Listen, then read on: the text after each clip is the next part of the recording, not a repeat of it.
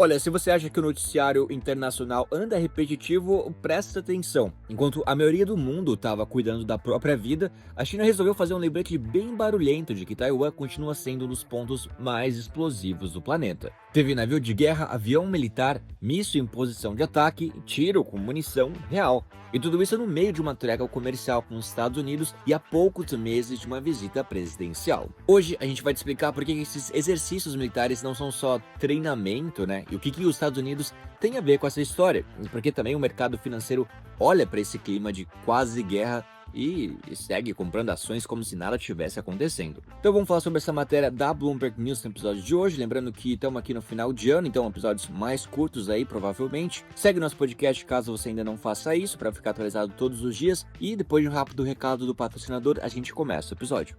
Tudo começou com uma pequena porta há mais de 70 anos. É assim que a JBS traz qualidade para a mesa, abrindo portas com quem cresce ao nosso lado. JBS, a gente alimenta um futuro melhor.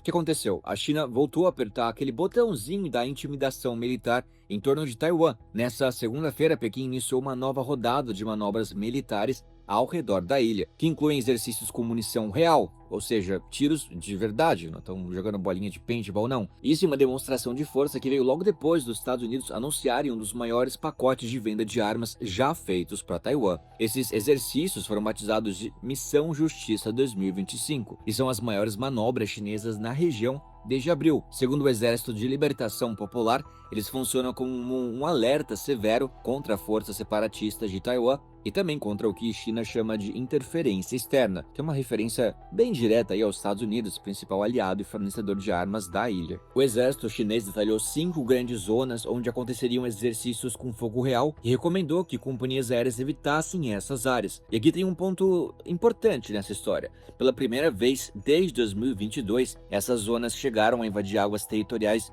de Taiwan. Até agora, segundo o Ministério da Defesa taiwanês, nenhum navio militar chinês entrou nessas áreas mais sensíveis, mas o simples desenho dessas zonas já foi visto como um recado bem claro. E tudo isso mostra pra gente o quão delicada é a questão de Taiwan para Pequim, mesmo no momento em que a China tenta, pelo menos oficialmente, estabilizar a relação com Washington. A irritação chinesa aumentou no começo do mês, quando os Estados Unidos aprovaram um pacote de vendas de armas para Taiwan que pode chegar a 11 bilhões de dólares. Para a China, isso eleva o risco de um confronto direto entre as duas maiores potências do mundo. Então, como resposta, Pequim anunciou sanções, em grande parte simbólicas, contra 20 empresas de defesa dos Estados Unidos e 10 executivos do setor. Essas manobras também acontecem num momento bem curioso, apenas 2 meses depois da China e Estados Unidos terem fechado uma trégua de 1 ano na guerra comercial. Além disso, o presidente americano, Donald Trump, tem uma visita marcada à China em abril. Apesar disso, especialistas avaliam que os exercícios não devem comprometer esse acordo comercial,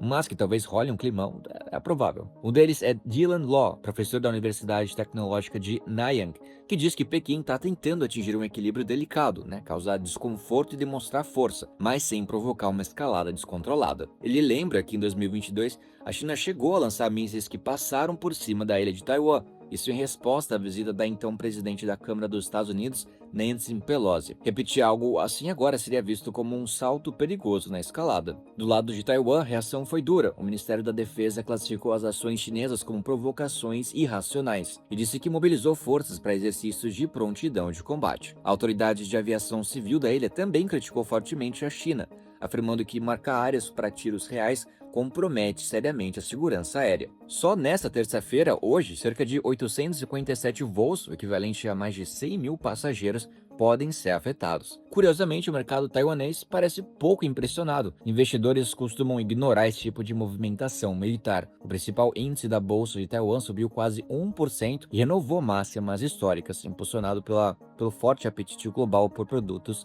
de tecnologia avançada, especialmente chips, que são a especialidade das empresas taiwanesas. Ações de empresas do setor de defesa, tanto na China quanto em Taiwan, também subiram. Bom, a TV estatal chinesa exibiu imagens dos exercícios, navios disparando metralhadoras contra o mar, aviões militares decolando e mísseis sendo posicionados por que foi descrito como ataques simulados. Segundo o Ministério de Defesa de Taiwan, até o meio da tarde de segunda-feira, 89 aeronaves chinesas haviam sido detectadas perto da ilha, sendo que 67 entraram em zonas que exigiram resposta militar. Também foram registrados 14 navios de guerra chineses e outros 14 da Guarda Costeira. Mesmo assim, as autoridades chinesas não emitiram alertas públicos antes dos exercícios de segunda-feira e o tráfego marítimo do Estreito de Taiwan, que é uma das rotas comerciais mais importantes do mundo, aparentemente não foi interrompido. O cenário ele pode mudar no segundo dia de manobras, claro. O exército chinês anunciou que das 8 da manhã às 6 da tarde desta terça-feira, hoje, haverá novos exercícios com fogo real e avisou que qualquer embarcação ou aeronave irrelevante deve manter distância. As autoridades marítimas chinesas também adicionaram mais 2 grandes áreas onde haverá uso de munição real. Até agora, o Ministério da Defesa da China não explicou por que há diferenças entre as zonas anunciadas por diferentes órgãos do governo. E bom, sabe quem entra nessa história também? O Japão. Ele entra nisso porque desde novembro as relações entre Pequim e Tóquio se deterioraram. A primeira-ministra japonesa, Senai Takaichi, chegou a dizer que o país poderia, em tese, mobilizar suas forças armadas se a China atacasse Taiwan. A reação chinesa foi imediata e bem dura, incluindo até restrições ao turismo chinês lá no Japão. Tudo isso acontece enquanto o presidente Xi Jinping promove uma ampla purga dentro das Forças Armadas chinesas, o que levanta dúvidas sobre a prontidão real do exército. Ainda assim, especialistas alertam para um risco crescente. A China está ficando cada vez mais rápida e eficiente em organizar exercícios militares surpresa, que são capazes de começar quase sem aviso prévio, algo que aumenta bastante a sensação de perigo lá em Taiwan. Do ponto de vista chinês, a justificativa oficial é clara. Segundo um especialista ouvido pela mídia estatal, a colaboração entre Estados Unidos e Taiwan teria se tornado frequente e grave demais. Um dos pontos centrais é o tipo de armamento enviado pelos americanos, como o sistema HIMARS, HIMARS, lançadores de foguetes de alta mobilidade usados com sucesso pela Ucrânia contra a Rússia. Esses sistemas têm alcance suficiente para atingir áreas de costa sudeste da China. Taiwan recebeu os primeiros no ano passado e começou a testá-los agora em 2025. Enfim, Pequim afirma que os exercícios servem para conter a aproximação entre forças pró-independência em Taiwan e potências estrangeiras,